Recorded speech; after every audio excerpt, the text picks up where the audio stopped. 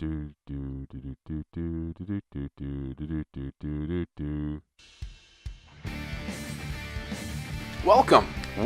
to Backlot 605. Yes, I'll let you take it Just let me take it. I get to take it for once. You get to take it. I get to take it for Now once. run with it, Brian. Run. Shit, I'm all plugged in. Yeah. So welcome to Backlot 605. Wow, I can't even say my own goddamn shit. Wow, this is why I do it every week.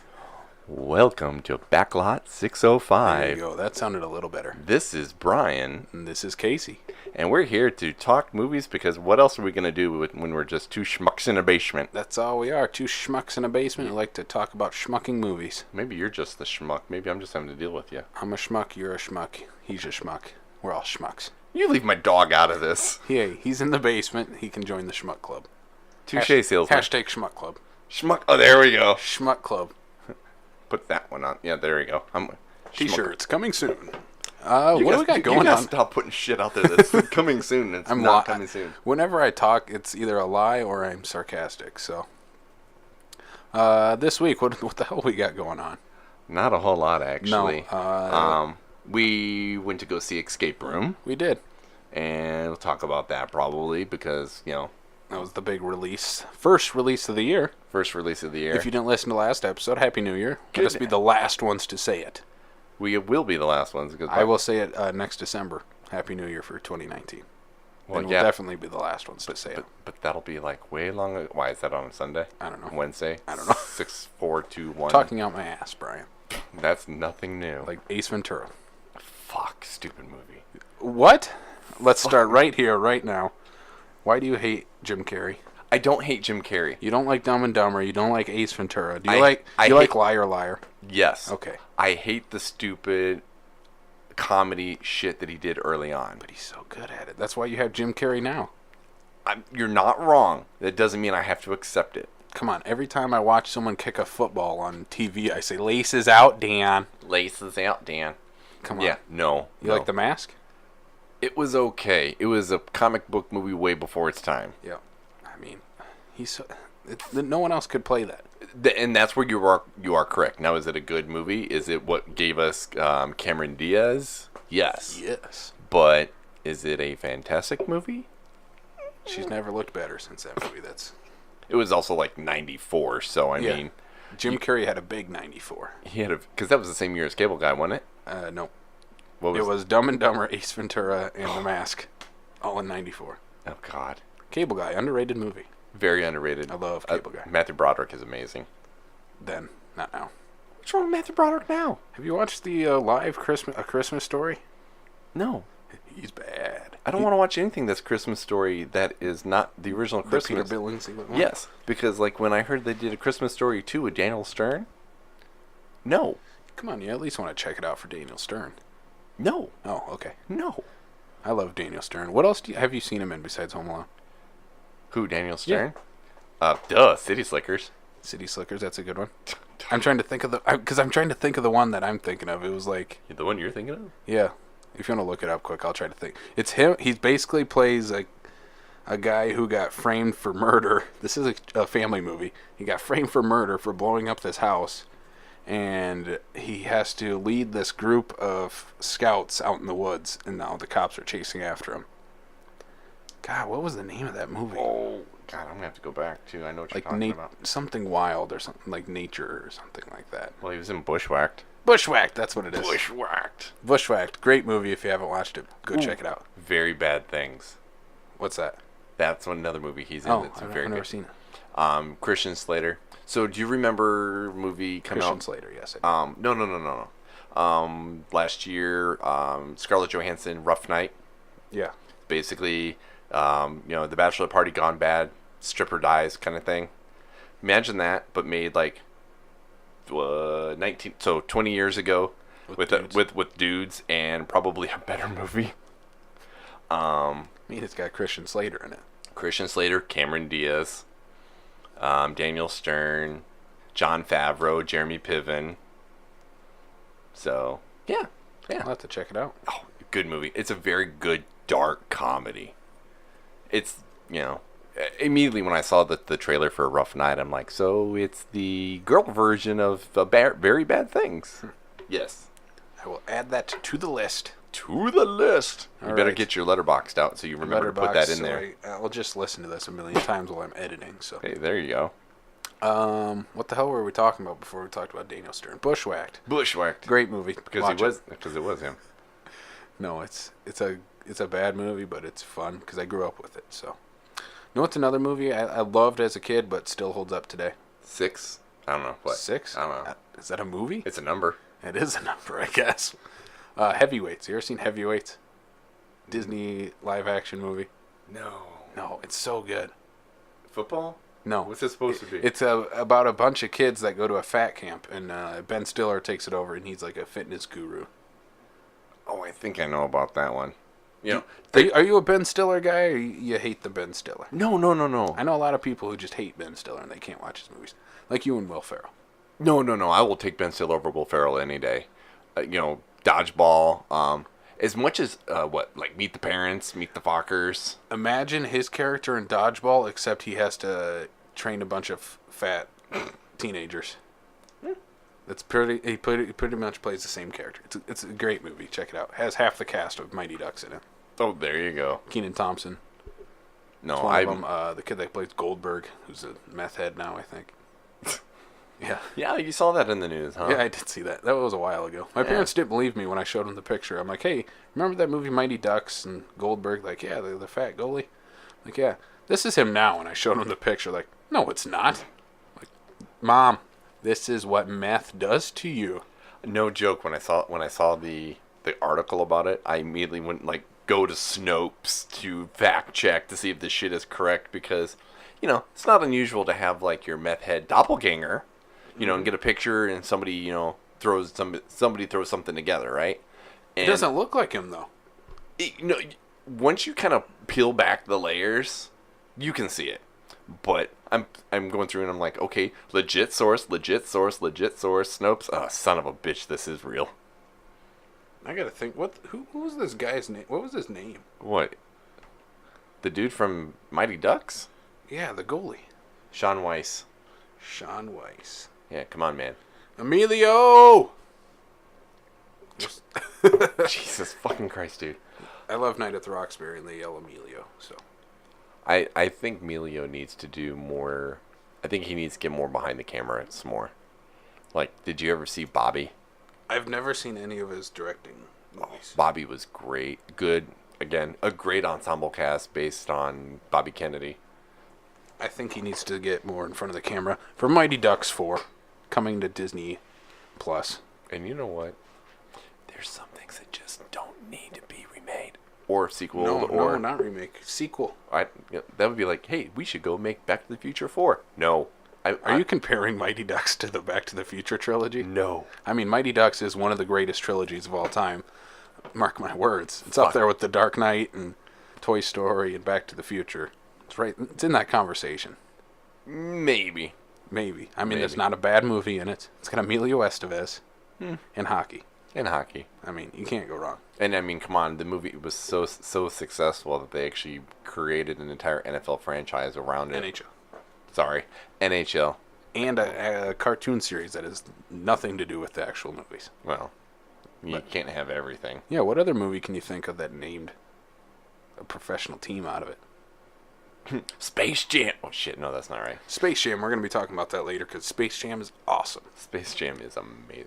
All right. Should we, just out of stupid curiosity before we do move on and whatnot, for the sake of Space Jam, have you ever gone to spacejam.com in the last 2 days? No. In the last 2 days? No, within the last year probably. So the fact that it is the exact same website from 1997. Yeah. Yeah. It's fun to mess around on it. I just love the fact that they've kept it up. Yeah. Warner Brothers is like, you know what? Let's just leave it. It's a nice little time capsule of that time, just like the movie is. Oh my god, it's just such a fucking great time capsule. All right, so box office. Box office. What do we got? Who ruled the box office? The Boy of Water. The Boy of Water, the Water Boy. Waterman. The Adam Sandler of the water. Aquafina. Wrong movie, wrong topic. Come back to me here. Wrong actor. Wrong actress. Aquaman takes first place with approximately $30 million.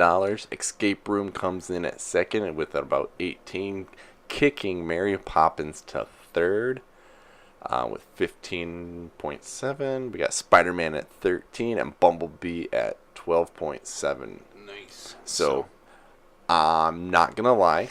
I'm kind of impressed the fact that Escape Room was actually able to come in and knock that many down a peg or two. It did. It made these January horror movies do make money though. Mm-hmm. They're not always the best. We'll talk about Escape Room a little later. Mm-hmm. But for $9 million, but it had already doubled its budget. Right. Well, and I'm even going off not even necessarily like the January horror, just the first quarter horror, because we're going to get into, how many movies are coming around Valentine's Day that are horror based. Yeah. Not unusual. We've got one coming up this Valentine's Day for Happy Death Day to You. To You. Which I'm totally going to go see. I'm going to go see. I need to watch the first one first, but yes, you do. But that one, it's the PG-13 that keeps me away from horror movies sometime. I went and watched Escape Room, even though it is PG-13, just because it was the only wide release. So if we were going to compare a Happy Death Day to Escape Room for rewatchability and entertainment value and whatnot, I would take Happy Death Day over Escape Room. I can see that just from watching the trailers, yeah. And because, yes, it is PG-13 for Happy Death Day, but the way they do it, it doesn't need... It doesn't make sense. Yes, it makes perfect sense, because anytime something's happening, it's the Groundhog Day effect. Yeah. So you don't get to see the death, because basically, as soon as that happens, you reset the day. So I never have to see the death. Yeah. I would almost bet to say that they would almost have a problem making it rated R because of the way that the movie is cut, because of the way the movie premise takes place. So I still want a bloody version of all movies. Toy Story want the bloody no. Aquaman, with that number one spot, became the number one DC movie of all time. Who would have thunk that it would have dethroned Dark Knight Rises? Oh, including the Nolans? Yeah. Oh, I was thinking it was just the DCEU. No. Are you kidding me? Holy son of a no. bitch. Aquaman's going to make $1 billion. Oh, okay. None of the other DC EU movies have. I don't think any of the Nolan ones. Well, yeah, if it top Rises, then yeah. I'll let you double check that for me. But well, right now the Dark Knight for total gross is 533, with the Dark Knight Rises at 448 behind it. So is that worldwide? Yeah, that has to be worldwide. Let me see. Let's go see let's see what the Dark Knight has to say. Dark Knight. No, the Dark Knight worldwide. So domestic was 535, foreign was 469. So the Dark Knight made just over $1 billion. So maybe I was mixing two different things up. So I'm thinking it's the DC movies. Okay. They're the DCEU movies. So it eclipsed over Wonder Woman. Yep. So I think I saw an article that it topped Dark Knight Rises for something. It might have just been international. That could be. I think it was. But that's a big thing for DC though. Yeah, because right now Aquaman for Warner Brothers just in general is at 21 out of how many movies they've put out over the years. Oh yeah. Still top. It's gonna break that top 20 for sure. Oh yeah, it has about 2 million to beat Chamber of Secrets. So this is a good step for the DCEU. Who would have thought though? Aquaman is number one for the highest grossing DCEU movie, and Justice League is at the bottom. Well, it was the Justice League. It was a fucking terrible movie. Mm-hmm. I didn't know if I wanted to swear there or not, but I did because it's a shitty movie. It is It is awful. Yeah. Yeah. They just need that. I try to give silver linings to many things, because there was problems that were involved during the making of the Justice League that, you kind of have to play into that a little bit. The reshoots did not help. No. But, Superman's mustache did not help. The mustache. I still think they should have just left him with the mustache. What? Just be like, oh, he shaved here, he's not shaved here. He shaved here, he's not shaved there. I mean, I'm assuming most of the stuff they reshot, like they could have just redid. He's not in the movie that much, Superman. Obviously enough, and they had to make a whole brand new scene at the very beginning of the movie. That was a terrible scene, which you could see his lip right away in that. Oh, And then his fight with, I'm pretty sure, his fight with the Justice League, and I'm pretty sure at the end was all reshot stuff. Yeah. Just give him, instead of a mullet from the comics, you give him a big, thick mustache. And that's how you bring back Superman. I was waiting for that mullet, though. You bring him back, and you know what? He woke up because he didn't have time to shave. And he's like, I gotta go fight. I can't shave. I'm going with the mustache. That's not exactly how it works. Okay, then let's just say he grows hair really fast because he's goddamn Superman. I don't know. No. Should have left the mustache. Hashtag leave the mustache. Do you know how he shaves it? At least there in the iteration of the Superman that I read back when I was a kid, how he had to shave. Is it like with kryptonite or something like that? No, he used his heat vision To shave off of a mirror because we would break the razors. That's ridiculous, but I want to see it in the movie. It's ridiculous, but That's how the next Superman Man of Steel movie should start. it's plausible. Yeah. Yeah. Go crazy like Aquaman. Superman shaving his face with his laser eyes. He's just over the. with Pitbull's Toto playing over it. Oh Africa. Oh my god. Again.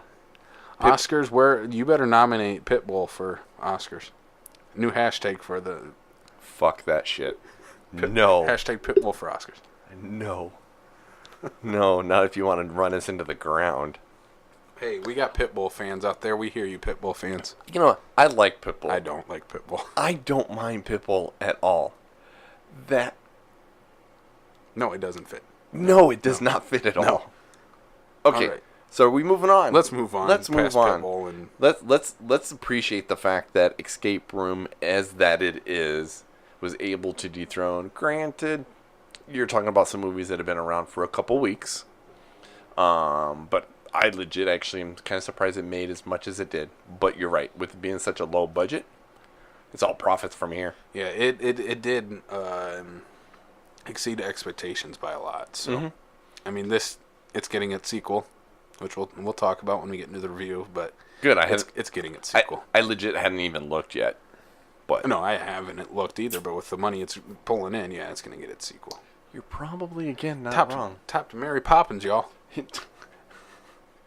No, that is the Mary Poppins sequel I want to see. The one with Yondu. Yondu. Michael Rooker as Mary Poppins. Oh my fucking god. That's how they should bring James Gunn back for Mary Poppins end of the trilogy. He kind of Michael has. Rooker. Mary Poppins is this thing we call a Disney movie, and He's got a problem with Disney? there's a little bit of a working relationship problem right now. Oh, gotcha. So that's not happening. He's got a problem with the mouse. And I'm pretty sure the mouse has a problem with him. He don't have a problem with the mouse. He probably has a problem with the mouse now. Maybe a little bit. And I'm pretty sure it would be Michael Rooker going, nope, not gonna do it. Rated R Mary Poppins movie with Michael Rooker. Make it happen, Hollywood. All right, let's move on to another Disney property. Disney's Dumbo. Dumbo, the elephant movie. What about it? New character posters were released. And? It gives a different look at the movie. I mean, it's gonna be not your typical Tim Burton dark and dreary. At least from these pictures and from what we've seen in the trailers. I've tended to notice lately is that you'll still have a Tim Burton feel on a movie, but I think he's gotten away out of his like 90s goth. Yeah. Because I mean, look at Big Eyes with Christoph Waltz and Amy Adams. Mm-hmm. It's got typical Tim Burton, but it's not quite like Corpse Bride and Batman Returns, yeah. and it's not dark. It's not Sweeney Todd. Yeah. So I mean, speaking of Batman Returns, we got to see Michael Keaton and Danny DeVito coming back together with Tim Burton for the first time since Batman Returns. And I think the cast that they've put together for this is one of the reasons why I'm actually kind of looking forward to it. Because I mean, Michael Keaton, Danny DeVito, Eva Green, Colin Farrell. Thank you, Colin Farrell. Oh, Jesus. Yes, I mean just the eclectic cast, and then reuniting Keaton and DeVito. Yeah. Perfect. I'll take it. Yeah. From they dropped another trailer here recently, and it shows more of Danny DeVito in it. Like, shit, if they're gonna make Danny DeVito the star of this movie, I'm in. Need more Frank Reynolds in Hollywood. I was gonna say is the Danny DeVito as the ringmaster of a circus just makes perfect fucking sense. I mean, it'd be funnier if he was playing Frank Reynolds, like, as the ringleader, but, you know, whatever. Frank Reynolds, that's Sunny, isn't Yes, it? yeah. Yeah, no. Yeah. It's Always Sunny is the greatest television show on TV right now. Oh, Fact. right now. Fact. Until it's no longer on TV. It will go down as top 3 best comedies ever. Best top 3, huh? Fact. Fact. It's facts. You know what? We're going to move on. Actually, one more thing. Eva Green. What about Eva Green? Eva Green. I love Eva Green. She's awesome. She's good. I really enjoyed the last movie she did with Burton. Miss Peregrine's Home for Peculiar Children. Yes. Yeah. I thought she was great in that. I still want to see a sequel to that, which I don't know if we'll ever get. But well, because number one, A, was it commercially successful, and B, because it's based off of a kid's YA book, isn't it? yeah, Yeah. a series of books. Okay, so that's what I was gonna say. It's based off a series of books. One of the series of books we should get because it's a little bit dark and kind of I don't know what's the right word, macabre. Macabre. And yeah, I want to see more from it. I forgot she was in Penny Dreadful. I gotta go back and watch that. She's the main person. Yeah. Yeah. Kayla loves Penny Dreadful. Sin City. 300, that terrible 300 sequel she was in. She has a good scene in it, if you know what I'm talking about. But let's move on. Danny DeVito and Awkwafina joined Jumanji 3. I'm okay with this. I didn't watch the second one. Well, Or the Rock one. the Jumanji. Welcome to the jungle. Yeah. Yes. The Guns N' Roses one. Was it better than I expected it? Yes. Was it wasn't a reboot. It was a pseudo sequel in that it was the next step, kind of moving into the evolution of what the story would be. Yes. Yeah. And I don't think that they try to make it that it was about them. Granted, the way they are playing the Jumanji franchise now it's basically going to be centered around the core players that they brought into this one here. Yeah. But that How the hell does The Rock have time to do this? The Rock does everything. Like, how does he sleep? He doesn't. He doesn't sleep? No. Is The Rock even human? No.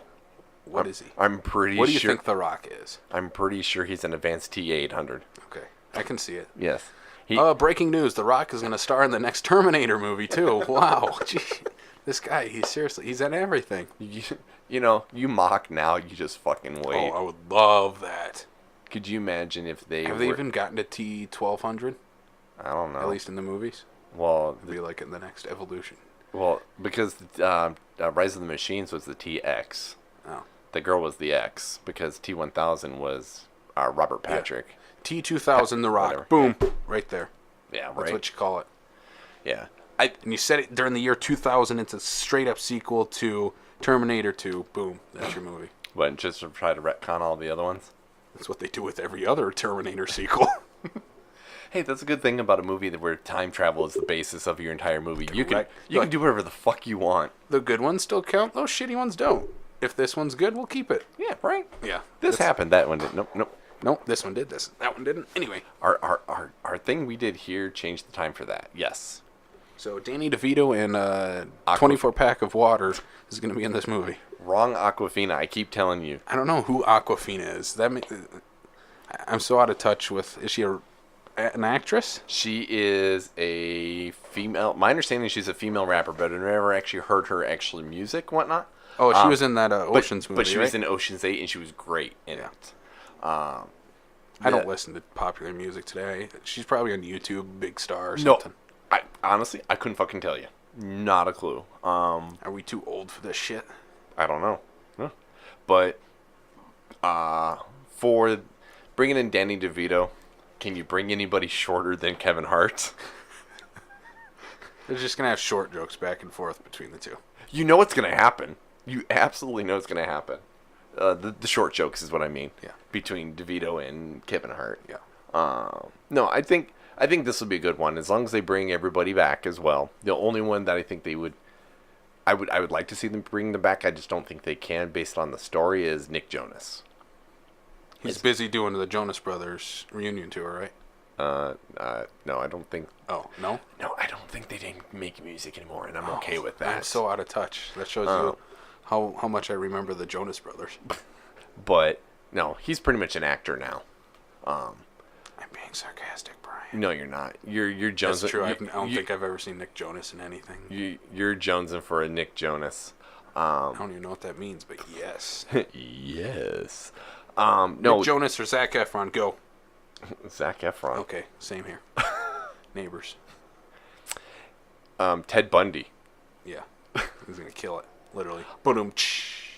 I'm still trying to wrap my head around the fact that James Hetfield of Metallica is playing a sheriff or something like that? Yeah, playing a cop in the Ted Bundy movie. Who better to play a cop? I know. No. I could probably name a couple. Could you imagine having, like, I don't know, like Marilyn Manson playing a cop?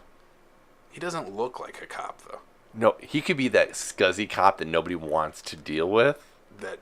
The one that, like, steals the drugs that he takes from the drug dealers? There you go. Yeah, see, you're catching on. I can see that. You're catching on. By the way, happy birthday, Marilyn Manson, if you're listening. It was his birthday a few days ago. Oh, was it? You are a young 29-year-old man. He is not 29 years old. Then you got the wrong Marilyn and or Manson.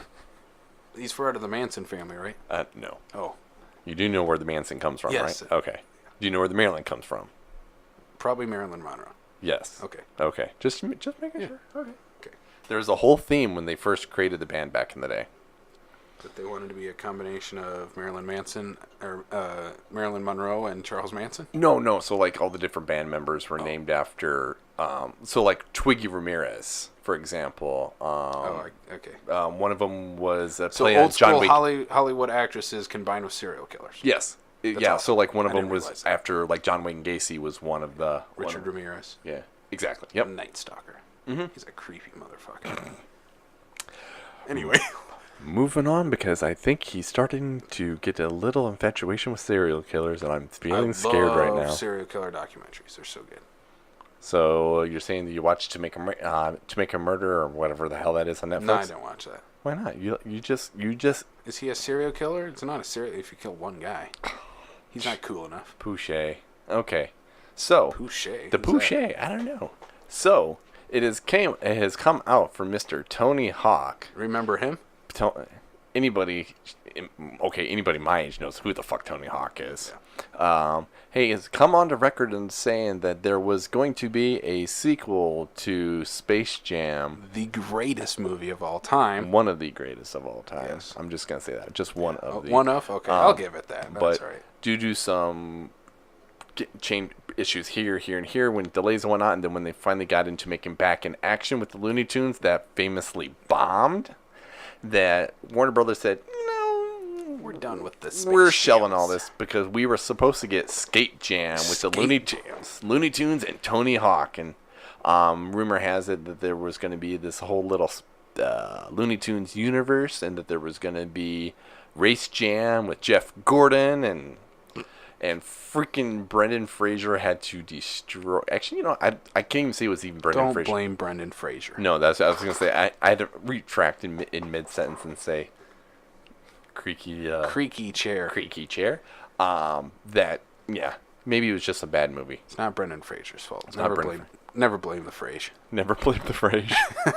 Hashtag never blame the Frasier. Hashtag it. No. Hollywood. I don't even know how would even spell that for a hashtag. I don't know either. Just take off the R from Frasier. ER, the phrase, the F, I don't know. Anyway, Skate Jam, we should have had this movie, and I feel disappointed as a human being that we have never made this. Yeah, and who's to say that, I don't want Jeff Gordon, though. He's a boring pile of rocks. Give me Dale Earnhardt Jr. But if you figured at the time, it would have either been early 2000s, It would have either been Jeff Gordon or Dale Earnhardt Jr. Yeah. But still do it with Jr.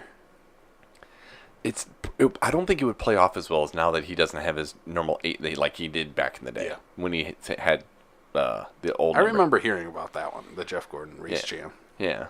So we need this. We need this. We need more Space Jam movies. Who knows? We need a baseball one. Need a football one. A soccer one. Wait. If this would have all come to fruition way back in the day, baseball. Ken Griffey Jr. from the Seattle Mariners.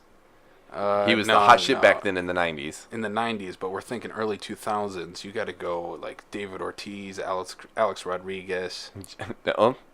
No. Don't give the Yankees anything more than they need to. You need to go with more of a... Come on. No. I would go Sox then. Ortiz. Give me Big Papi. Come on. Big Papi playing with the Looney Tunes. NFL. NFL back then? Shit. I don't know. Peyton Manning. Brett Favre. Okay, again, don't give the Green Bay Packers. Hey, come on. Who else would have been during that time? I don't know. When did Back in Action come out? 04? Give or take, something like that. 03? I don't know. Brendan Fraser, he can be in all of them. Hockey. It's gonna be Wayne like Gretzky. It's gonna be like Air Bud, except it's Brendan Fraser. Oh, dear God. Hockey back then? No, Gretzky would have been retired. Would he have been retired by then? Are you sure? Just about. I don't know. He could have pulled the Michael Jordan thing. Jordan was about retired by that time. Exactly. Yeah. What would you call the hockey one? What would I call the hockey one? Yeah. Skate Jam. Boom. No, you can't do Skate Jam because they were going to do that with Oh, we already said that. Ice Jam. Ice Jam, yeah. I don't know. Skate Jam would be perfect. I mean, if you're not going to do the Tony Hawk, it's Skate Jam 2, but not on ice. Skate Jam 2 on ice. Crossover with Mighty Ducks. Boom. No. Yes. No. Emilio Estevez. Goldberg is on meth. He is on meth. So is Bugs Bunny, but no one's talking about it. How can an animated bunny rabbit be on meth? I don't know, but we need the Space Jam universe. Bring back Bill Murray. He can do the golf one. And it writes itself. Oh, my God. He's the best part of the... Watching that as an adult, Bill Murray's the best part of it. Oh, no, I'm just picturing Bill Murray golfing, Space Jam, Looney Tunes. Oh, my God, that's great. What would you call that one? Golf Jam. Simply Golf Jam. Okay, moving on. What are we moving on to? Well, I say Race Jam. Let's talk a little bit about Escape Room. Okay. Since we had the opportunity to go see that, and we'll more likely probably put something up on the website anyway. But you know what? We're going to talk about it anyway because why the fuck not? Why not? Are we going to spoil it? Huh? Spoil it? Spoiler alert. What the fuck is that? I don't have sound effects, so I got to add my own. Maybe you need to order some sound effects. Order them from soundeffects.com. Is that a thing? I don't know. You gotta stop making shit up.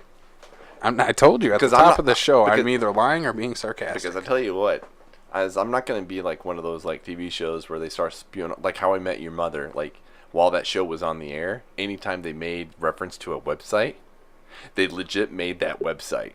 Oh, nice. So CBS actually went through the effort to bought the domain and actually put up a website. So I'm like, stop making up this shit that I don't want to buy domains for. Now you have to, because we're doing that. We're going to pull out How I Met Your Mother. We're going to make a bro code called the Backlot Code. And the Backlot Code? Yeah. Somebody get me Neil Patrick Harris on the phone. Let's get him on the show next week. Neil Patrick Harris will be on the show. What a special guest. Oh, my God. No? You didn't book it? You are a habitual liar. You didn't book it? No. You didn't give me his digits. Please, if his agent, please, if you're listening, we'll try to get him on the show. Oh, dude, that would be awesome. I'm just saying. NPH on the show. Heck yeah. Yeah, that'd be great. Between his TV work and his movie work. Yeah. Like, I would actually say the one that kind of threw me off, was Doogie Howser. No, movie wise, when he was on Gone Girl. Oh, he's good in Gone Girl. He was so just not the role. I mean, there's like the womanizing kind of thing what he did with Barney Stinson, but that was obviously comedic and definitely produced basically just for the sake of the show.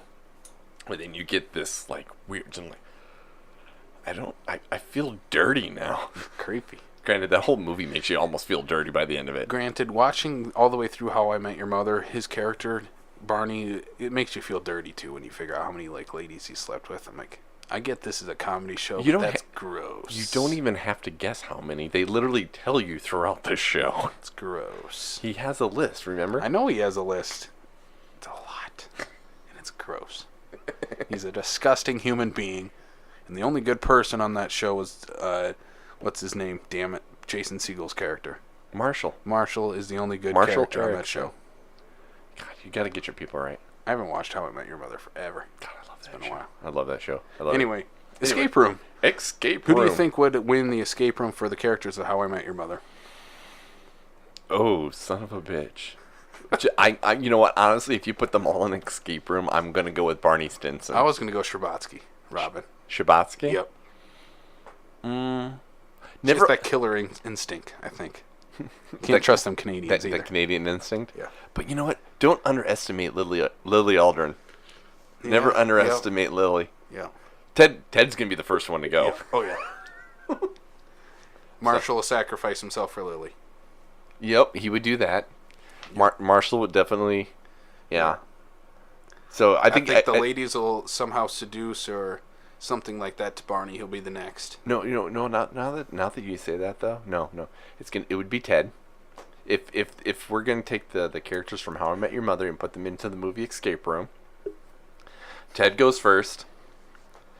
And then it's going to be Marshall sacrificing himself for Lily, who's going to end up dying next anyway. And it's going to be an all-out brawl between Barney Stinson And Robin Spatsky. And she's going to take him out at the throat. Fight to the death. Fight to the They're death. not even going to let the room take him. She's just going to kill him. She's going to be like, nope, I'm going to win. So there's your winner of Escape Room, How I Met Your Mother edition, Robin Sparkles. No, that's when she turns into Robin Daggers. Robin Daggers. There it is. What the fuck was that? That was us really going off topic, on topic, all at the same time. All at the same time. So okay. Escape Room, what did you think? Obviously, by what you've already told me, I probably enjoyed it more than you did. I would have liked to seen the How I Met Your Mother version better, yes. But no, I enjoyed it. You know, it was okay. It was, I think that, number one, because you said this was PG-13. Yep. Okay, so I think because of the PG-13 aspect of it, I think they were playing, for being low budget, okay, rephrase, lower budget, I think they were trying to make sure they weren't trying to be Saw. So I think they were playing a few things safe, but at the same time too, I think if they would have done the ending differently, I think they could have legitimately built a franchise out of this. Because if you look at like how the Saw franchise started, that was low budget, almost indie, money right there. Filmed in 28 days kind of stuff. This one, they easily could have done that. I just think that the way they ended it, I don't think they ended it right. For the sake of, they could have built a franchise out of what I would call would be, a new modern day horror villain like Jigsaw, which would be the Game Maker. Escape Room 2, what's the Game Maker going to do now? What are the people going to be? Why are they going to be connected? All that stuff, So, I think it had its problems. Maybe part of it is because of the PG rating, trying to get more of that broader audience. I think that when your two most famous people in the show is Deborah Ann Wall and I'm drawing a blank on his name, the guy from Tucker and Dale versus Evil. Tyler Labine. Thank you. When those are kind of like your two most famous people, I think that probably didn't help, but that also explains the lower budget though too. Yeah. You can only obviously afford certain things, whatever, right? But like, the one guy, the black businessman, I pictured like Sterling K. Brown in that, and I think he would have killed it. With a higher budget, yeah. With a higher budget. But the other question is would he have done that movie after having just done Hotel Artemis? Or making all that money off everything else he's doing. What, you mean he's making money off of This Is Us? This Is Us, The Predator. Yeah. He's probably making more money off that TV show than he did off The Predator. Probably, yeah. Yeah. For me, this movie was okay. Yeah. It was literally, if you told me this isn't a PG-13 January release movie called Escape Room, that's your movie. Mm-hmm. Right there. There's no surprises to it. The characters each character has one characteristic that can sort of latch onto. The actors are, known for smaller roles or smaller television roles. Not dissing these actors, but they're not movie stars. You know what I mean? But with that same respect though, for the people that are in the movie, and for what we're working with and whatnot, I don't think the actors themselves did a bad job. I agree for the most part. With whom? With the exception of who? Technically the lead character. Oh, the girl. Yeah, Zoe. Yeah, coulda used a little bit better of one, characterization, two, a little bit better acting by this actress. Yeah, it was a little rough. But she was Definitely seemed like one of her first roles. Which is probably not wrong, but at No. the same time, too, I mean, she was playing the character who's this complete introvert. And, you know, you're going to, just by definition of the character, you're going to have less definition. Yeah. You know, so who's to say that it's not necessarily part of the characters what is making you hinder her as the actress? Yeah, but Side I of think she things. played it a little bit like, hey, I'm acting at this point, especially when she gets to the third act freak out part with her. But yeah, we are spoiling this. I don't. If you wanted to see Escape Room, like, you're not going to care about spoilers. If you were going to go see Escape Room, you already would have. Yeah. Her third act character change like that, it was way too fast. I don't think it was earned at all. And just like the scene that really got me, this movie starts off pretty good with that first room. I liked the fire room. Mm-hmm. Hated the ice thing. Thought it was boring and pointless. You're literally during one point watching these characters try to melt ice. I'm like, what the fuck am I watching? Characters are sitting in a circle melting ice. I'm like, oh my god, this is the most boring thing I've ever seen. It's like watching paint dry. Yeah, that's where I'm saying maybe it's not necessarily on the people. Maybe it's on like the rooms that were created. Yeah, it's numerous things. Like, but once you get to that billiard room, best scene in the movie by far. The billiard room was pretty awesome. Best scene in the movie. Everything it goes downhill pretty fast from there. Yeah, I didn't get the psychedelic room. Hated that. It took me so far out of the movie. You know what that reminded me of? The scene in Guardians of the Galaxy Part 2 where Yondu and Rocket and Groot are jumping through time really fast and their faces are changing. Yes. Yeah, and that was done for comedic effect in that movie. Yeah. This not so much. No. This was more for like the LSD effect. Yeah, and it was bad. Well, and like so like when you figure out that these rooms are built around aspects of these characters. Yeah. And granted, you get to a certain point like obviously you figure out the fire room is Duran Wall. Yeah. You figure out the ice room is the businessman. Jason. Yeah. But after that, well, and the cabin. Cabin was the one guy that killed his friends in the car accident. Yep. You know, but outside of that, like there was nothing that really it to me didn't connect them. Like if they would have made more connections to some of these rooms to the other people, like once we got into like the infirmary, it didn't make any sense. No. There was no connectivity to like that should have been like the final room. Right. Yeah. Because the next psychedelic, it has nothing to do with any of the characters. No.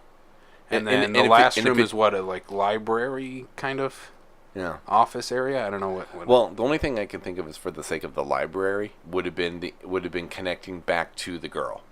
Because she was a bookworm. Because she was the very, that could have been. That would be the only way. And that's so, unless the infirmary was the connection to the truck driver. That was all of them. Well, yeah, I know, but that's what it's just like. You had specific connections for certain rooms for the first three for some of these people, and then just after that, you're just like the Game Boy kid. You're just like, there's nothing in there whatsoever that makes me think, how is this connected to him? He was kind of pointless. Well, I mean, once you figure out, like, he dies is like, he's the first one to go. Spoilers. But like he was literally there to be the comedic side character, the guy who's nerding out over this game. You don't hear anything about the character until you hear one of the other characters reads about his doctor profile thing. Yeah. Why he was in the hospital.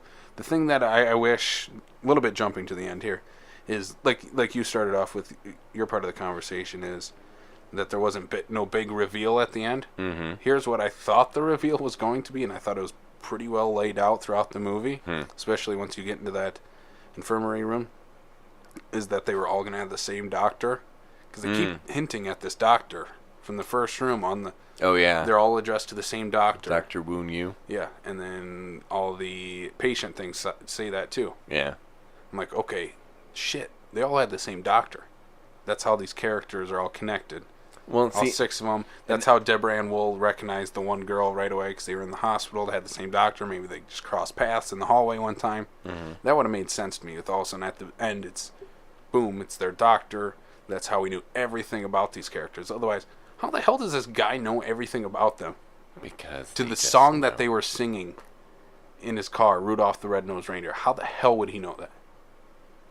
Well, you know, it makes no sense. The ending falls apart really fast.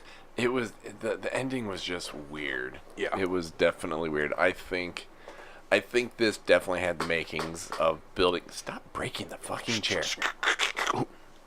You're trying to make it sound like a Jason Voorhees. Yep.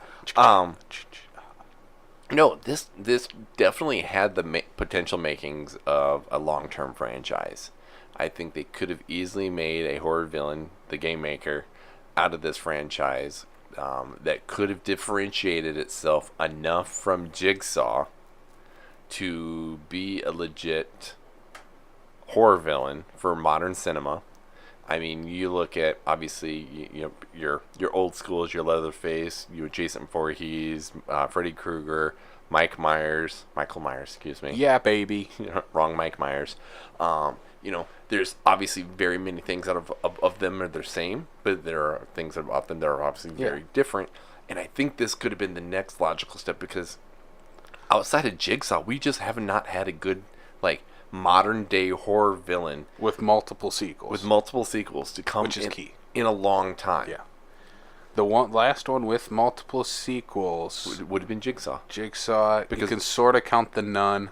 Well, and see, maybe in there. I don't count The Nun yet because The Nun is she's been in 3 movies. Well, she's been in 3 movies, but they're not her movies. 2 of them when she's been the main villain. Well, so Conjuring 2, she's the main villain at the end that they gotta stop. The Nun, she's obviously the main villain. Yeah. Has the tease in Annabelle Creation, but yeah, I think The Nun will probably get a sequel. Yeah.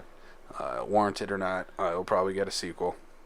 But yeah, there has not been. As a horror fan, that's one thing that's missing. So yeah, for that big iconic horror villain. For the sake of the 2000s, you've got Jigsaw. For the sake of the 90s, you've got Ghostface, and that's the only thing that's basically come to fruition in the last 20 years. Yeah. Everything else has been something that's been created between the late 70s or the 70s and 80s. Between give or take, there's some 90s ones in there. Well, no, but Candyman. Yeah, well, we got 3 though. 3 of those. Yeah, and we're getting a reboot. I so hope that comes up. Did you see? It's happening. Did you also see that the guy that played the Candyman wants to have a part in it somehow? Yeah, Tony Todd. Yeah, he just needs to play the fucking Candyman. He's like, I'll take any role Jordan Peele wants to give me. Candyman. Yeah. Jordan Peele's that original Candyman, if you watch it in today's context, it's one of the fucking best horror movies ever. Mm-hmm. So to have Jordan Peele take on that next, yeah, sign me up. What, Jordan Peele doing social commentary with his horror movies? Oh, and now it's gonna be like a slasher movie. Oh. Yeah, I'm in. I'm still in for Us. Yeah. Let Jordan Peele make the next big horror icon. That'd be fun. And I think he could pull it off. I mean, if you look at say Jigsaw, this comes from a pair of friends from Australia that nobody's heard of that just comes out of nowhere. Who made this short and then used that to make a big feature movie. Yeah, which was a super low budget at the time. Yeah. When you're with amazing car chase sequences. When you're your biggest cast member is the guy from Princess Bride. Exactly. No, I do hope that Jordan Peele does solidify himself as this, director to go to for those hard. I love the fact that they're very thought forward in terms of the social commentary of the time while still being able to make you a good solid horror movie. He reminds me. Granted, we've seen one movie from Jordan Peele, but as a horror, but. You've seen Get Out. and we've only gotten a trailer for Us. Yeah. But just that trailer alone makes you go, "Oh shit!" Yeah. You thought Get Out was dark and scary and thought provoking and all that, and then you just look at Us and you're like, "Nope, I was wrong." Yep. Terrifying. Get Out is lighthearted compared to Us. Hollywood is throwing a lot, at least in the horror genre, to Jordan Peele. Mm-hmm. He's got Us as the next original movie. He's going to be working on Candyman. He's got the Twilight series he's coming out with. He wants to work on Gargoyles. He wants to work on the Gargoyles movie. Please, Disney, make it happen. Oh my God, Gargoyles in real life would be amazing. Oh, Gargoyles is such a good TV show. My keyword my keyword today seems to be amazing. I'm just Amazing. saying. Amazing. But jumping back to this horror icon thing, for the longest time, yes, I myself have been clamoring for this because as much as Jigsaw is a horror icon, I don't think the Saw movies are great. I think the first one is the best one, obviously, but I only think that one's okay. And I will interject to say, all horror movies, all franchises, and horror genre just in general, is a very selective. Whereas what you consider is 7, 8 bad movies, one good movie and 6, 7 bad sequels. Yeah. Another person might say, "Hey, I like him this way because of this and whatnot." You like your Michael Myers. Doesn't necessarily mean that I myself will like Michael Myers. Maybe my go-to villain is going to be Freddy Krueger, and you're like, Freddy Krueger is a bunch of garbage movies. Hey, you watch your mouth. I'm not Fred. No, I'm just context, my friend. Fucking context. Make me angry. Make you angry. You don't talk about Freddy Krueger that way. No, he gonna come get you in your dreams. You can talk about Jason that way. That's okay. But so that's what I'm just saying though, is that for what you might not necessarily like for Jigsaw, the only. Oh, I see. I know. I see the appeal. I get it. Because I enjoy the Saw movies. I do agree that after Lee Winnell and James Wan kind of left the franchise to go do other things, and once we hit 4, it was on a downward slope. And once Jigsaw's dead, it's kind of yeah. And for me, when I went to go see Saw 3D in 3D, that was the movie that told me I'm going to do some research before I go see a movie in 3D. Is it worth it? Because Saw 3D was a movie that was unnecessarily put in 3D. It was only put in there because they could, and that was the very beginnings of, hey, we made a movie in 3D. You need to go see it in 3D. We're just making a movie to make it in 3D. Yeah, gimmick. Yeah. It totally was not necessary. But, Hey, out of all the Saw movies, 1 and 2 I like, and then I think I would jump to Saw 7. Just for the ending. I love that ending so much. Yeah, that was a very good. The Carrie Elway's ending, yeah, yes. It's good. But yeah, this movie, it could have been the next big franchise. It is, with what we talked about in the box office earlier, it's going to get its sequel. If it gets that is so blatantly set up at the end of this one. I hated that. It didn't feel like it was part of this movie. It honestly felt like the studio's like, okay, there's the end of the movie. But, you need to add that's stinger. Yeah, and that's where about 10 minutes long. And if they would make a sequel and they start out that way and then go back and use that from the first one, not put that at the end, I think it would have worked better. I think once they get to the sequel, those 2 characters that survive will be in the cold opening with the airplane. Then they're done. They're toast. They're gonna pull Scream style. Yeah. With Drew Barrymore and Jada Pinkett Smith and Liev Schreiber. Yeah. Where toast. They're just in the opening. Yeah.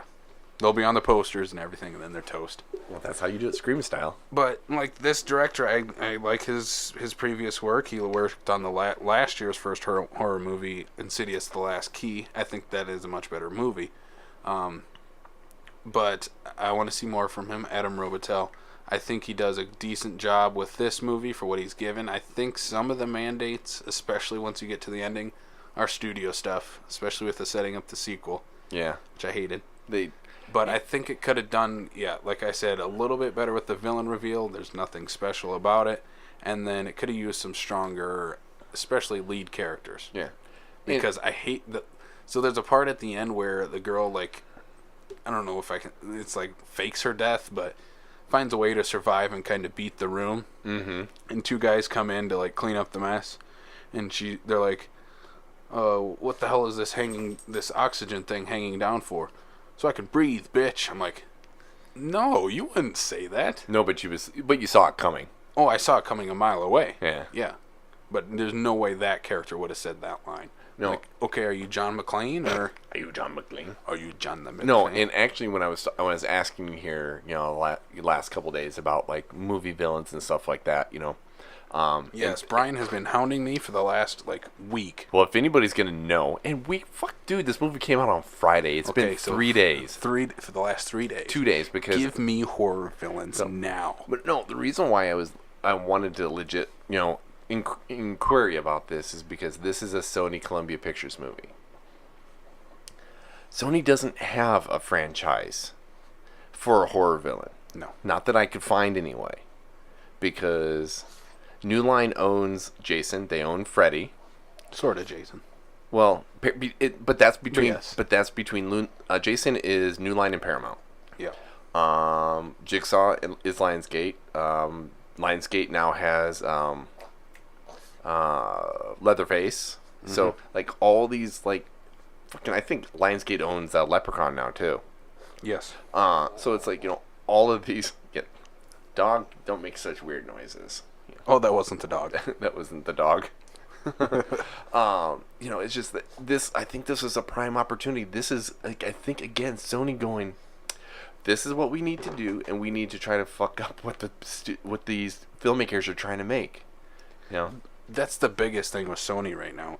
Everything they're pumping out as far as genre movies is to build a franchise because they don't have one right now. Yeah. A yearly or every other year franchise. Yeah. Spider-Man has failed, which they're going to keep going with the animated movies, please. Well, and Venom made enough money that they're going to make their Carnage is coming. Which, side note, I got an opportunity to actually watch Venom, and was it great? No. Was it actually better than I thought it was going to be? Maybe a little bit. Oh, yeah, it's not terrible. What did you think of the after credit scene, since I shit on it so much when I talked about it? Oh, what, with Woody Harrelson? Yeah, and his Annie wig. Is Annie wig. Hashtag Annie wig. Hashtag Annie wig. No, I mean, it was nothing special. I mean, the only thing that would make it special is the fact that it's Woody Harrelson. Did I say Woody Allen before? No, you said Woody Harrelson. Okay, good. Because for a split second I thought I did. I'm like, I could see Woody Allen being in jail too, but yeah, but could you see Woody Allen becoming Carnage? Oh my God. Or wearing that wig? Oh my God. No. Yeah, that was. They need to give him a good head shave for the next one. There was, I just. Okay, I'm as much crap as I was giving Venom. It was not as bad as I saw. I'm still glad I didn't go to the theater to go see it. For me, it was not a go to the theater to go see that movie. But Tom Hardy did a good job. He's a sure. He's a very compared to the other people in that movie. Who? Huh? Who else? Rizzy or whatever the guy that Riz Ahmed. Yes. Yeah, he was pretty bad. Not good. Michelle Williams. Oh, I thought she was the best out of all of them. She can't deliver a bad performance for one. But well, no, but this wasn't. Tom Hardy is. Oh, he's so goofy in this. I did not like that. But for the sake he makes too many weird Tom Hardy grunts. You're not wrong there either. But for the sake of somebody who thinks that he's kind of going out of his mind at the beginning and his body trying to adapt to the symbiote, I get it. I get where the character was coming from. So I have so many people that are like, they want to go see Tom Hardy as Venom because Tom Hardy doesn't do a bad movie. Well, Tom Hardy has done bad movies, but I don't think this is on the scale of This Is War with him and Chris Pine and Reese Witherspoon, but so I didn't think it was terrible, but no, it wasn't great. No. And then my double feature was Venom followed up by Les Bomb. How was that? Les Bomb. So set it up for people. People don't know what this movie is. Les Bomb is a dramedy of a girl coming out to her parents as a lesbian with her girlfriend there at Thanksgiving dinner. And all shit breaks loose. It has Bruce Dern, Clarice Release Leachman. God, I cannot talk tonight. Steve Guttenberg, Kevin Pollak is in it. The Gutenberg. Guttenberg plays the uncle who is, like, he gets in trouble because he started dealing drugs again out of the motel that the family owns. Kevin Pollak is the overbearing father. What'd you do? I was gonna blow out my ear sockets. Oh, yeah. Well, hopefully you didn't turn it all down on them either. No, I didn't turn it down on them. It was on our headphones. Oh, okay. You're all good out there listening in TV land. Oh, good. Yeah, Kevin Pollak plays the overbearing dad, thinking that, other things are afoot and whatnot. Overall, generally, for especially being, because I think this is her directorial debut. Yep. Written, directed, and starred by the same girl that plays the main lead character. You're trying to find her name, aren't you? Yes, that's why I mouthed it and didn't say it out loud. Yeah. Yes. Actually, I really enjoyed it. It actually kept my attention better than Venom did. Jenna Lorenzo. Yes. Yes. Very. It kept a very good, well pace. Again, it's social commentary in regards to coming out to your parents, coming out to your family, being socially accepted. When she gets there, she finds out her roommate, who is a black man, is coming to Thanksgiving too because her mom invited him. So everybody thinks that she is in a relationship because she's going to bring her boyfriend to Thanksgiving. And they all think it's the roommate that she's been living with for the last 3 years. So, everybody is super excited that she's, dating the black man before she can try to explain to everybody that she's dating a white woman. Fire takes place in the house because the Gutenberg is downstairs smoking weed, and they end up having to have Thanksgiving at the motel, and the person that Gutenberg is dealing drugs with is this very lesbian chick looking gal in the van. So to say that he's go ahead, do it. Ready? Yeah, do it. Are you ready? Yeah, do it. Okay, there you go. Fernson, so good. To try to say that he's not doing he's not dealing drugs. This is his girlfriend, so the girlfriend drug dealer is coming into Thanksgiving dinner. Yeah, it's weird. But it's a good watch. A fun little indie holiday comedy. Yes. Fun holiday. Yes. Indie. A movie you could watch around Thanksgiving every year. Yes. Type of movie. Yeah. Yes. Not too many Thanksgiving movies out there. No. So that one played earlier this around Thanksgiving, right? Right here in Sioux Falls. In Sioux Falls by Indie Vents. So you watched that on VOD? I did. Awesome. So I didn't get a chance to go down to Indie Vents to go see it when it was here. There was a little storm, I think, or something that weekend. So I watched a movie also for the first time that kind of struck a chord with me. What's that? Enough to bring up. What's that? The Lobster. The Lobster with Colin Farrell. Colin Farrell, Rachel Weisz, John C. Reilly. This is a weird frickin' movie. Well, have you seen The Lobster? No, I haven't. But weird. It's one of those ones where even just the box art makes me go, "You've piqued my curiosity." Yeah, it's strange. I can't. I'm not gonna pronounce this guy's name. But he did The Favorite that came out this year. That's getting a lot of praise. Some call it his most commercial film, The Favorite, because The Lobster is a strange frickin' movie. I don't even know how to describe it. Basically, the best way to describe it is almost like a Wes Anderson movie, but really dark. So it's got that weird quirkiness, has a narrator. Colin Farrell kills it in this movie, though. The best performance I've seen him have. And it's just, I don't know if I can recommend it to people because of how strange it is. There's one scene that I didn't like. It involves a dog. I didn't like that. They go the John Wick route with the dog. Oh, poor little puppy. Except they show it. Oh. Yeah.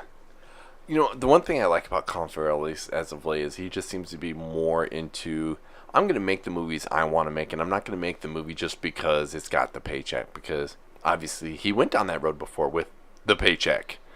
Daredevil. And Daredevil. More peanuts. Actually, he might have been one of the halfway decent things about Daredevil. We talked about that earlier. He's the best part of it. Yeah, because it definitely wasn't Ben. No. Poor Ben. Poor Ben. Ben. But no, I love the fact, like, when he went in to go and do Total Recall and doing Fright Night and doing Horrible Bosses, to really ugly himself up in the character he was in Horrible Bosses made me go, okay, now we got the Colin Farrell back that I enjoy, like in Bruges. He's freaking amazing in Horrible Bosses. Yes, he is. But yeah, the Lobster is on Netflix right now. That's where I checked it out. Such a weird movie. I would sort of recommend it, but going in knowing you're going to watch a really weird movie that has a lot of weird concepts to it. Well, it makes you think and it makes you wonder sometimes about the... Make you wonder. It makes you wonder and it makes you think. So that's always a good thing when a movie makes you think. Yeah, exactly. So yeah, definitely give it a watch. Why not? Give it a watch. It's a black comedy, that's for sure. What would you give it out of 5? Out of 5? Out of 5. God. Are you going to write about this? The Lobster? Yeah. Maybe. We'll see. Well, maybe. You got to get something I should probably watch The Favorite, since that's the new one that came out. That's kind of why I wanted to watch this, The Lobster. See where it came from. Anyway, out of 5, probably I'd give it like a 4 out of 5. You give it 4 out of 5. Just because it's sticking with me. Mm-hmm. I watched this movie, 4 or 5 days ago, and it's still... Yeah. In my mind. And I would probably say the same thing for Lesbomb, just because it's again social commentary. It's talking about a lot of stuff that we deal with right now in terms of that kind of thing. It has a whole lot of emotion, a whole lot of feel to it, while still sticking some of the funny stuff in it. But it's going to be more of the drama that is the comedy, but it still has its moments. Venom. Maybe a 3. Wow. Maybe. I'd probably go like 2.5 in Venom. I said maybe 3, Maybe. which is not quite at the 3. Yeah. Maybe I'll pull a Doug and go, it'll be like a 2.75. A 2.7. Hey, it's rotten then, so. Yeah. Yeah. That was our talk on Escape Room. Hope you all enjoyed it. We didn't really wrap that part up. Oh yeah, hey, by the way. What would you give Escape Room? Since we're giving scores. Space Jam 5 out of 5 while we're at it. 3.5 for Escape Room. 3.5. Mainly because I think it had potential. I think they had the potential for a killer ongoing franchise that I think they ruined it. Will it get a sequel? Like you said, probably. But are they going to up their game? Or are they going to bring in some not better, okay. I don't want to say better actors or actresses or anything like that, because I dig higher profile. Higher profile, thank you. I did get Deborah Ann Wall. I love her to death. She should have been the main character of this movie. Yes. Yeah, that was the biggest part. She's the best. She is the best part of this as far as the characters go. She's the best one. And to have her go, I did feel spoilers a little too early in the movie. Yeah. I did feel a little Cabin in the Woods with her. Yeah. Like if you compared Chris Hemsworth dying, you think oh, this is going to be the heroine. Yeah. Granted, that's one of the movies that it's also being compared to besides Saw. A little bit, Cabin in the Woods. Yeah. I don't see that at all. Yeah.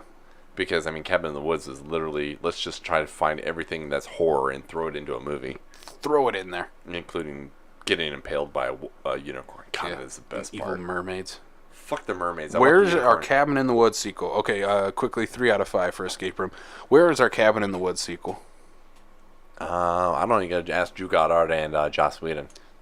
Come on, guys. Because Cabin in the Woods is one of those ones where I could picture the studio wants to make a sequel, and Joss and Drew are both sitting there going, "Fuck you! You don't touch my property." You didn't want to release it the last time. Exactly. It sat on the shelf for like 3 years. Yeah. You wanted to wait till Hemsworth got big. Yeah. Same thing with Red Dawn. I know that we talked about that too. Yeah. What's better? No, I'm kidding. Cabin in the Woods is obviously better. Cabin in the Woods is better, and Red Dawn, I appreciate the fact that they didn't make it verbatim to the original. They changed it up. All right, so should we? I kind of want to jump into this a little bit. What's that? The gimmicks thing I was talking to you about. Oh yeah. Kind of just a little. We can touch on it. Okay. Talk about the gimmicks. The gimmicks. Give me a gimmick. gimmick kind You're a of. gimmick. So the way I am a gimmick. That's all this is right now. Basically, it's His gimmick is he's a beard. I have a beard, and that's my gimmick. Get it? So basically, what I'm trying to think is, why did you want to go watch Escape Room? I want to see these people try to get out of Escape Room. Yeah, I like Saw. Why do you want to go to Saw? Yeah, The traps. well, and most of them are gonna die. There's usually gonna be one, maybe two that are gonna survive. Yeah. So some of the gimmicks I could think of, Unfriended a little bit.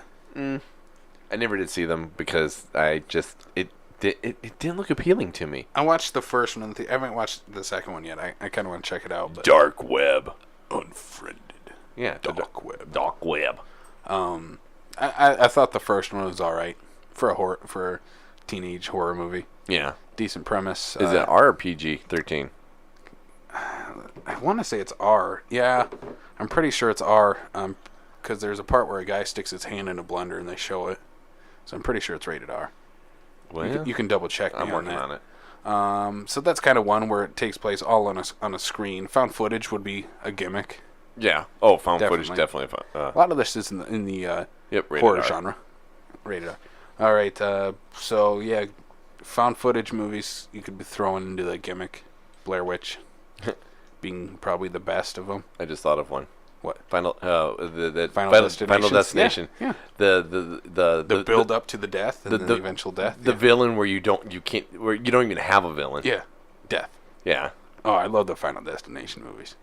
Some Wow. of them get pretty bad, but hey, One you of- will never drive behind a log truck without thinking of Final Destination. Goddamn right.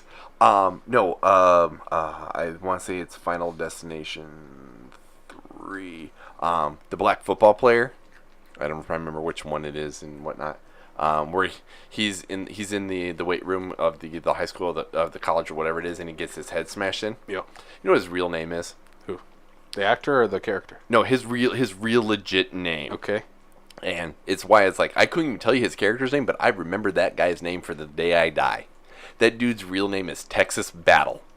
Texas Battle. I was like, that is fucking that is like Ryder Strong, like Boy Meets World kind of name. That's like a 1980s Kurt Russell action character. Texas Battle. Exactly. Yeah.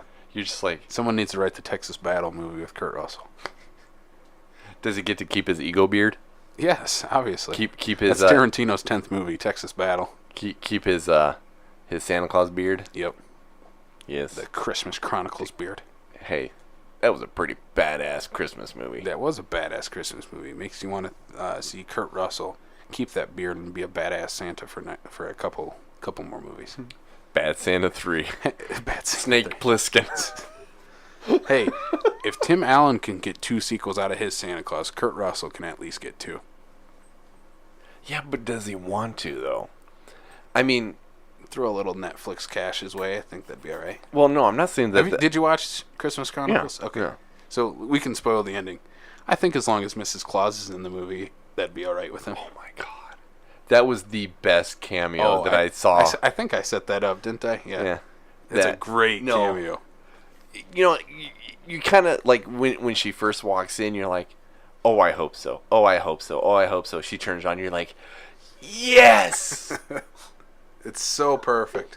Kind of probably the biggest gimmick, 3D. Yes. Yeah. Especially, I mean, today every movie comes out in 3D. Yeah. But you jump back to some of the 80s movies in 3D, or even Saw 3D. Or Freddy. Yeah.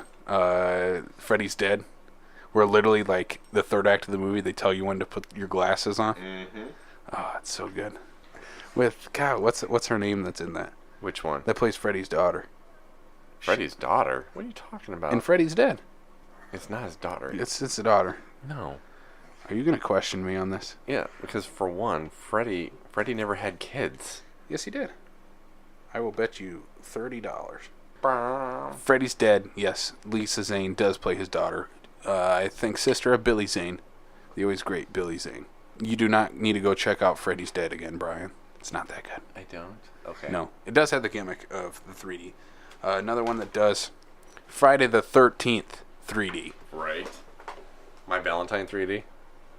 Brecken my. God, I love like that. Also, Johnny Depp is in that movie. No, Johnny Depp is in the first one. No, he's in that one. What? Yes. In the Are you questioning me on my Freddy Krueger knowledge again? maybe. He has a little cameo where Breckenmeyer's watching TV.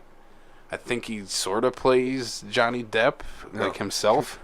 Guy on TV. Guy on TV, okay. Yeah. As Oprah Noodle Mantra. Yeah. Alice Cooper plays his dad. Who else is in this shit? I remember Alice Cooper. Roseanne and Tom Arnold play townspeople. Yeah, there's a lot of cameos in Freddy's Dead. I see that. Probably the most star-studded movie out of the franchise. Yeah, well. It's also the worst of the franchise, too. Well, you know, you try to get into the franchise before they, jump the shark. Before Freddy turns into the Wile E. Coyote, yes. Friday the 13th, 3D. Yeah. Complete gimmick. Well, yeah, but you figure way back then, that was just because you had because it was Friday the 13th 3 that was 3D, right? Yeah. Yeah. And then every third movie in a franchise. Yeah, exactly. Piranha 3D. Jaws 3D. Jaws 3D. I mean, that was just the thing. You can't necessarily put that on the movie. No. We'll throw them all in there, yeah. Yeah. Every third movie in the franchise has to be 3D.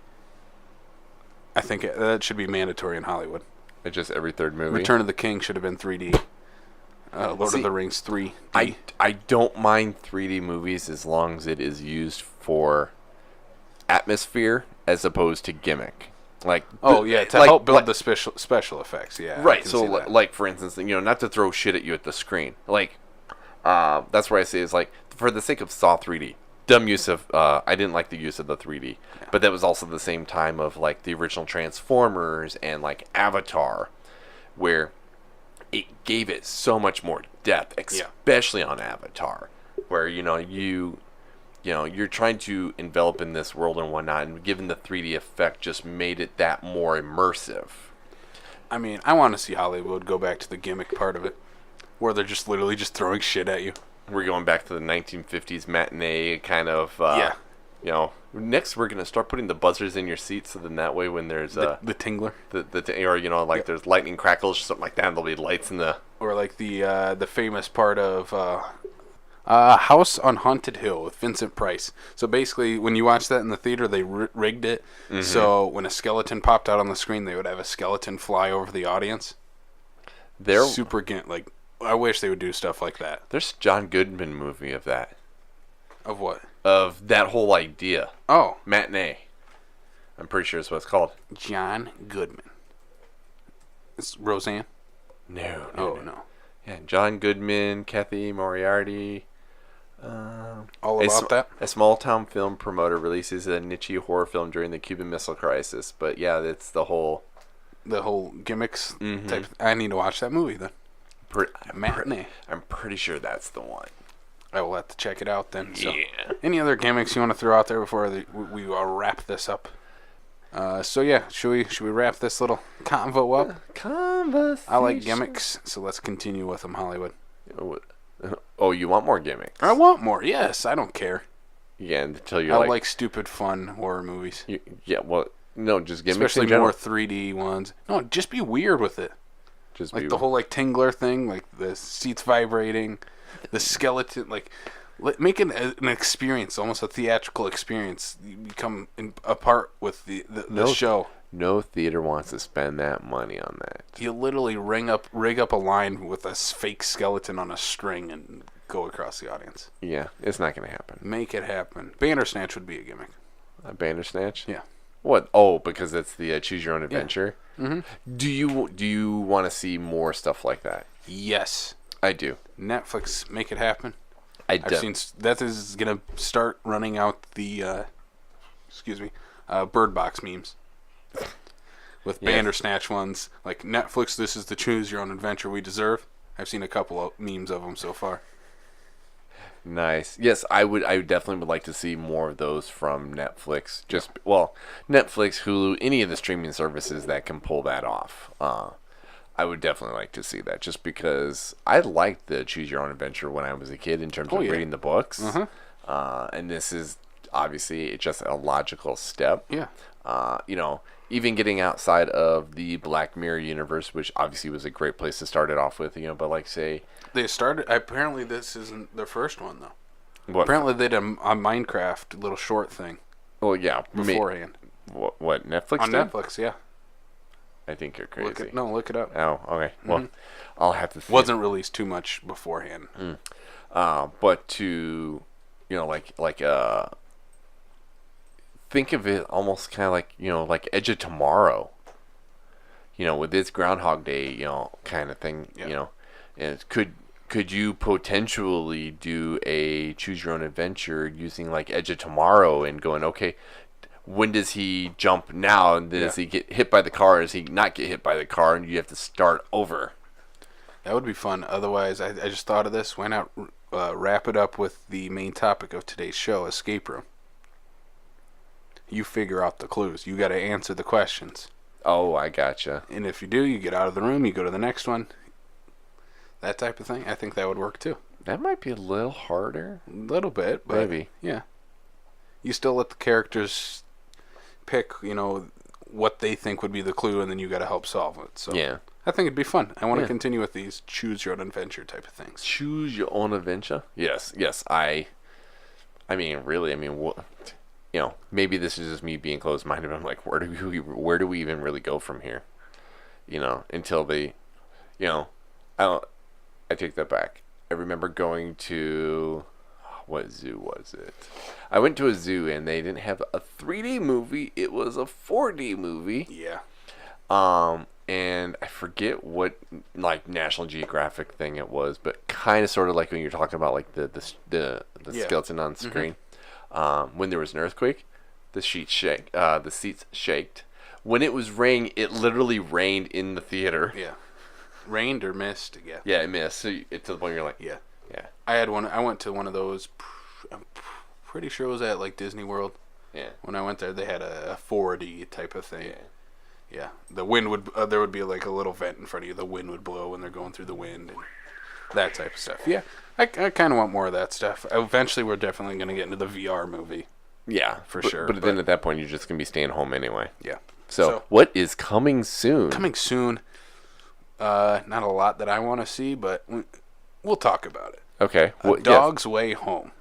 I think you talked about this a little bit Yeah, last time. I talked about too. this. This is the next in the shitty Homeward Bound ripoff sequels. But No. he's a cute little puppy. This is the next in the like January. So January has two types of movies. Feel good hearted movies and horror movies. Yes, shitty horror movies and shitty feel good dog movies. They go hand in hand. They go hand in hand. Yeah, the last one was A Dog's Purpose. Watched that in the theater. Not good. Really boring. Very typical. But did the dog have his purpose?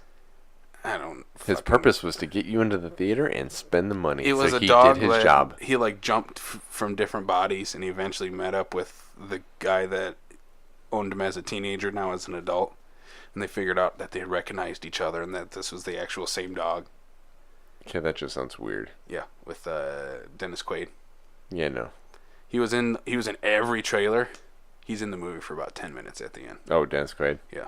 Well, you know, that's how you sell a movie. They did. I'm like, okay, I'll go watch it. I like Dennis Quaid.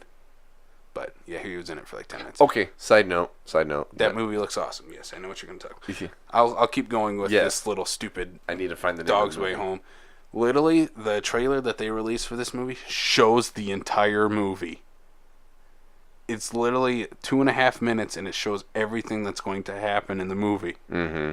It starts with him like with his owner and being like, "Oh yes, awesome dog. It's kind of goofy. He messes with the trash or whatever the hell it was." And they're like, "Oh shucks, well he's a dog." And then the dog runs away, goes through all these other adventures, and then it shows him ending up at this guy's wedding on his wedding day.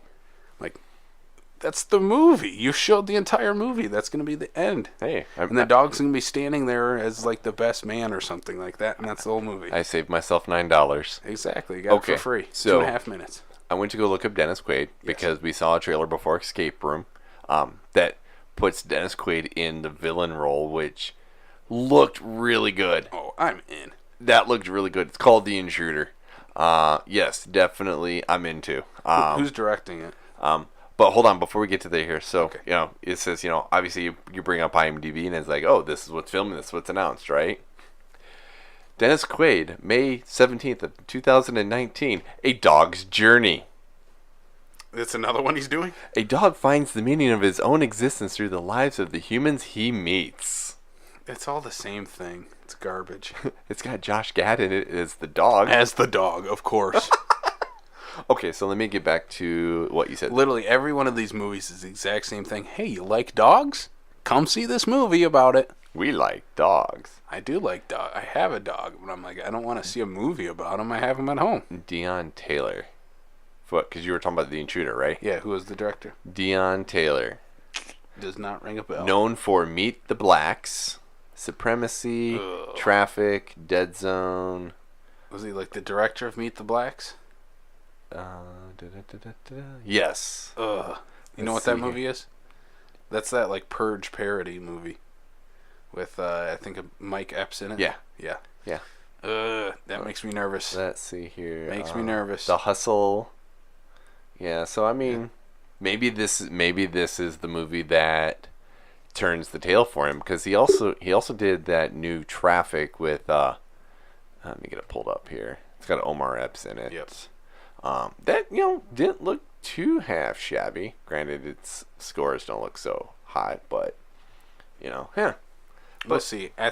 Dennis Quaid looks awesome. Dennis, yes. I always want to say Dennis. I always get him and Dennis Leary, just the name, just because Dennis. Just remember, he's related to Randy. That's how I remember it. The crazy Quaid. Quaid. Yeah, it's probably what he was doing in that first half of that movie I was talking about, looking for his brother. No, it's funny is after you realize how off the wall Randy Quaid has gone, do you wonder how much of an act it was in Independence Day? Nope, he really was just that off his rocker. Off his rocker. Oh, So right. the other movie coming up. Yeah, what is the other movie? The Upside. What is the downside of the upside? That it has Kevin Hart in it. I'll be here all week. Upside. This isn't. This is the Kevin Hart, Bryan Cranston Okay, I'm in on this comedy. one. I'm not. Well, it's to me it's a dramedy. It's going to be heavy on the drama. No, I don't think so. I think there'll be one dramatic scene, third act, and then they'll have a coming together at the end, and it's going to be mostly a comedy. I don't know. It is Kevin Hart. It is Kevin Hart. I don't know. It's funny. He reminds me of, what's that movie that came out a few years ago? James Franco, Bryan Cranston. Do you know what I'm talking about? Why him? Why him? Because that came out, I'm pretty sure, in January, too. Not a great movie. Very underutilized Bryan Cranston as far as comedic stuff. I like to see that. I like seeing him back in the comedy side, because he's hilarious and like Malcolm in the Middle. So I like him seeing going back to this. Why him was a Christmas movie of, Was it Christmas? of 2016. So you're not wrong. It Yeah. pretty much was a January movie. Yeah. Yeah, this might be the movie I'll probably have to end up watching this weekend. 'Cause there's not a whole lot. It's that or the dog movie. I already saw the dog movie. Could do a review on it right now. You want to go see another dog movie? I do. You I do. wanna see You the like dogs. I do like dogs. I don't want to see a Homeward Bound movie on the big screen though. Oh, well, it looks like Christian Bale won a Golden Globe. Christian Bale. He, you ever seen his Freak Out? Side note. Oh, the one from Terminator? Yeah. I didn't see it. I heard it because Oh, it was a record. yeah, it was an audio recording. It's amazing. However, the people that were like his co-stars or whatever came on record to defend him on that, because it's one thing to mess up a shot or something like that, but I guess depending on whatever it is that they were doing, the amount of time that they had, the amount of production costs, all that stuff, it was a legitimate, like, why the fuck are you in our scene, and you're causing problems and you're causing issue and whatnot. And yeah, I think it's one of the reasons why nobody really talks about it anymore. Besides how hilarious it is. Oh, it's fucking funny as hell. 10-minute rant by Christian Bale on this PA. Yeah, but hey, Check it out on YouTube. We'll drop a link to it. It's amazing. You better start making notes of shit like this. Hey, I'll listen to it and I'll drop a note. Yeah, The Upside. What do you think? You gonna check it out? Bryan Cranston, Kevin Hart, I'm thinking. Nicole Kidman. I'm thinking about it. Yeah, I was trying to see if I can find a Rotten Tomatoes, so I want to see what it. probably not out yet for that. Especially comedies, they usually don't screen too far ahead for critics. Yeah, but I'm trying to find a fucking just listing for it. Oh, The Upside. Yeah. So while you're looking that up, I'm gonna jump to some of our local stuff we got going here in Sioux Falls. Local stuff. Bring it on. All right, Ooh, cinema. 55%. 55. Hey, that's better than Venom. That is way better than Venom. Shoplifters. Cinema Falls is bringing Shoplifters, much acclaimed. Check out that Rotten Tomato score while we're looking at it. Woohoo. Shoplifters. That'll be here January 20th. That is a Sunday night. Yes. I've seen a lot of acclaim for this movie. I'll try to make it this night. I almost for sure. Just for the sake of like picking and choosing and trying to, as much as I want to try to get to everything I can, sometimes I just can't get to everything that I can, or want to, I should say, is I almost want to skip Shoplifters so I can go see Stan and Ollie the next week. Yeah, so that is the next week. I know that's next week. As you said, Stan and Ollie. 2 different showtimes, though. Sunday, January 27th, 3:30 and 6:30. Dun, dun, dun. So I'll definitely be at one of those. I'm sure you'll be at one of them as well. I'm hoping so. John C. Reilly is getting a lot of praise for this movie. Steve Coogan as looks well as amazing. Steve Coogan. Amazing's my keyword. Amazing. Amazing. They also going to bring some Oscar-nominated live-action and animated shorts Saturday, February 9th at 3:30. And then what's after that? You know what? The next day, they got Oscar-nominated documentary shorts. Dun, dun, dun. So Cinema Falls does this every year. I haven't been able to make it out there, but I will try to make it this year for sure. Mm-hmm. I mean, where else are you going to watch these movies? Right. It's Like, not like they come to the Cinemark. No, and it's all short movies. You're not going to find them online ever. The only way you're getting them is if you're getting sent screeners. Not necessarily. We don't get sent screeners too often to us. Not necessarily. There's a lot of stuff that comes on for like the shorts and stuff like that on iTunes, on like the VOD stuff and whatnot. I've actually been able to come But across. like on the big screen. Sorry. Oh, big screen? No. I apologize. No, big screen. Yeah, that doesn't happen. They really should do more of that. Oh yeah. I think the reason why it doesn't happen is there's probably some sort of logistics reason behind it in regards to who owns what, who gets what, da da da da. It's all the politics. It's the Hollywood politics. It's not going to make any money though Money? in the theater. No.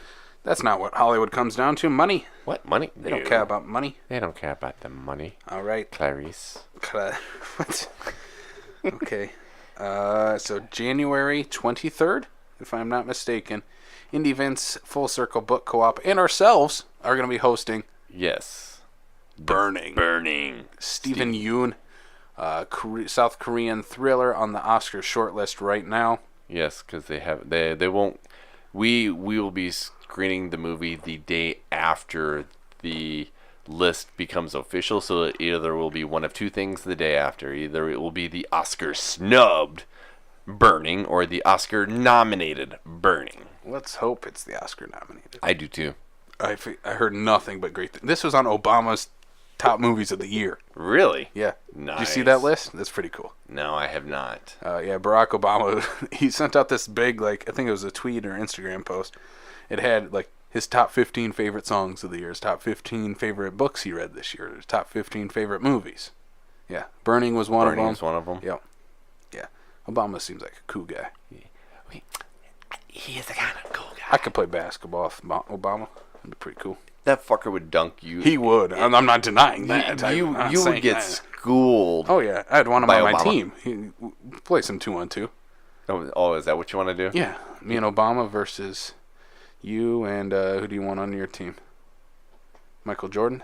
We can do that. You can do that. Coming to Backlot 605. No, that might be out of the realm of possibility for us, guys. I don't think we can make that Some of the shit that comes out of your mouth is Yeah.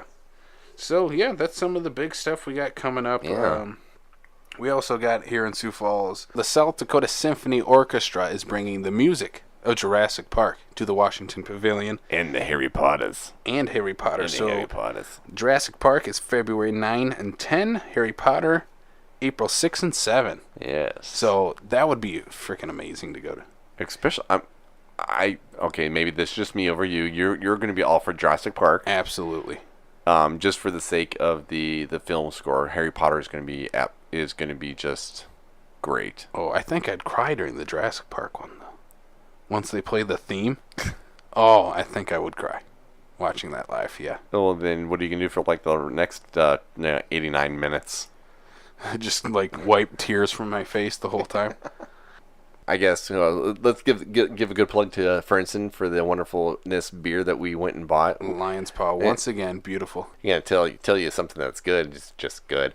It was good. Andy's reviews for Fat Dude Digs Flicks. Yes, got it. Yes. Only like 6 weeks in. Yes, so check out his stuff, Facebook, Twitter, Instagram. Throws it all on there. Yep, on all of ours, Facebook, Twitter, YouTube, Instagram, Facebook, backlot605.com. Where can they find us on social media? What at? Did you not just hear the words that just fucking came out of my mouth? You didn't say where, you just said on. Facebook, Twitter, YouTube, Instagram, and backlot605. And you said and back. Anyway, continue. You are just a Schmuck. You are just a schmuck in a basement. I am a schmuck. You are a schmuck in a basement. Where can they find the podcast, though? Where can they find the podcast? Yeah. I think you'll need to defer this to me here because you fuck it up every time. I nailed it last week, though. But I don't trust myself. I don't trust you either. You can locate our podcast on Apple Podcasts, Google Podcasts, Stitcher, and Spotify. And if you're listening to this, you already found it. Wow, you found it. Yeah, so you can find us on all the fun social medias and podcast stuff. That's the important stuff. Also, Backlot 605. You can find .com, like you said. You can find us on the internet. Yeah, you can just look. And if you're listening to this, you already found us on the internet. We did, and thank you for watching. Listening. Well, you watch it on YouTube. You listen on the podcast. Yeah. Since there's no video on the YouTube, there is our logo, and we are working on video. So shush. It's a slow process. Slow process. We just got started. We're only on episode 10. We didn't bring that up. We hit the double digits. Well, technically we are labeling this number 10. Yeah, damn it. This is number 10. This is our 910. This is our number 10. One of them got missing. Where's number 4? That's gonna be ours. Where in the world is? Where's number 4? Yes. Okay. On that note, that was us here at Backlot 605, and my name is Brian. And I'm Casey. And we've been rambling on for way too long. Goodbye. Goodbye. We're two schmucks in the basement. Bye-bye now. We don't like McDonald's either. Oh, you know what? You can cut that out.